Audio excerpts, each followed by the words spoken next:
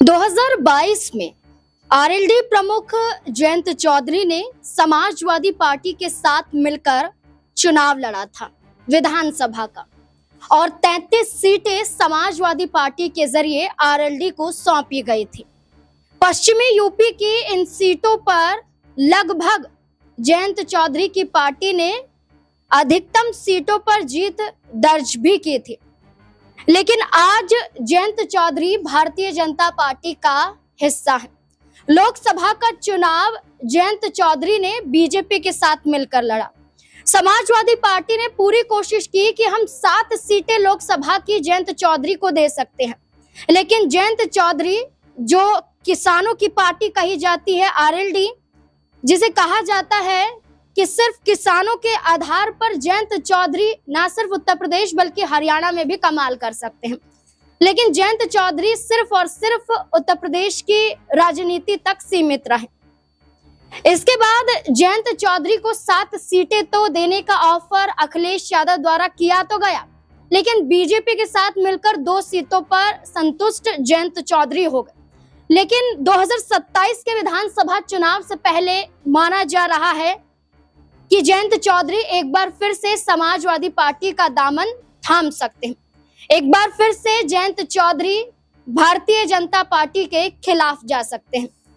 कांवड़ यात्रा के दौरान जयंत चौधरी ने यूपी पुलिस को आड़े हाथों लिया और ये कहा कि जो अपराध बढ़ रहे हैं या जो कानून को हाथ में लिया जा रहा है या कहें कि मामलों को छुपाया जा रहा है, ये योगी पुलिस द्वारा देखा गया है और योगी पुलिस को सबक सिखाना जरूरी हो जाता है।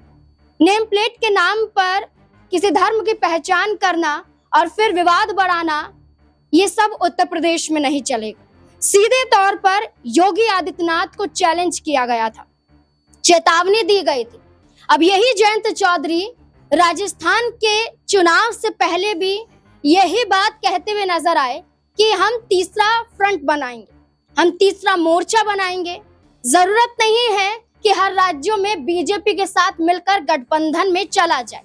राजस्थान में अपने दल को मजबूत करने के लिए बीजेपी का साथ छोड़ने के लिए जयंत चौधरी तैयार नजर आए थे। एक बार फिर से जयंत चौधरी को लेकर बड़ी खबर कही जा रही है और इस खबर के माध्यम से बताया जा रहा है कि जयंत चौधरी हो सकता है कि 27 का चुनाव बीजेपी के साथ मिलकर ना लड़े।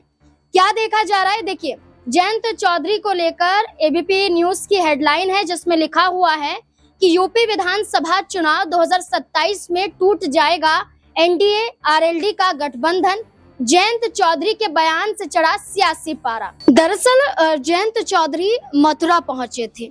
ये वही मथुरा है, ये वही संसदीय क्षेत्र है जिससे चुनाव जयंत चौधरी ने लड़ा था और जीता भी था एक वक्त पर। लेकिन आज हेमा मालिनी वहां से सांसद है। जयंत चौधरी मथुरा पहुंचे और वहां पर उन्होंने दौरा किया, लेकिन अपने कार्यकर्ताओं को जोड़ने के लिए, जनता से जुड़ने के लिए बड़ी अपील जयंत चौधरी ने की। देखिए, लिखा है कि राष्ट्रीय लोक दल के राष्ट्रीय अध्यक्ष और केंद्रीय मंत्री जयंत चौधरी 26 जुलाई यानी कि बीते दिनों उत्तर प्रदेश के मथुरा दौरे पर पहुंचे। मथुरा में जयंत चौधरी ने सबसे पहले पूर्व विधायक ठाकुर तेजपाल सिंह के आवास पर कार्यकर्ताओं से मुलाकात की और इसी मुलाकात से कई मायने निकाले गए कि आखिरकार कार्यकर्ताओं से मुलाकात और उसके बाद जो कहा गया, इसके लिए कहा गया कि क्या बीजेपी से पहले शक्ति प्रदर्शन दिखाने की कोशिश की जा रही है। देखिए, जयंत चौधरी ने पार्टी के नेताओं के साथ आगामी 2027 विधानसभा चुनाव को लेकर बैठक की। यहाँ रालोद चीफ ने कार्यकर्ताओं को जनता के बीच जाकर नए लोगों को जोड़ने का निर्देश दिया।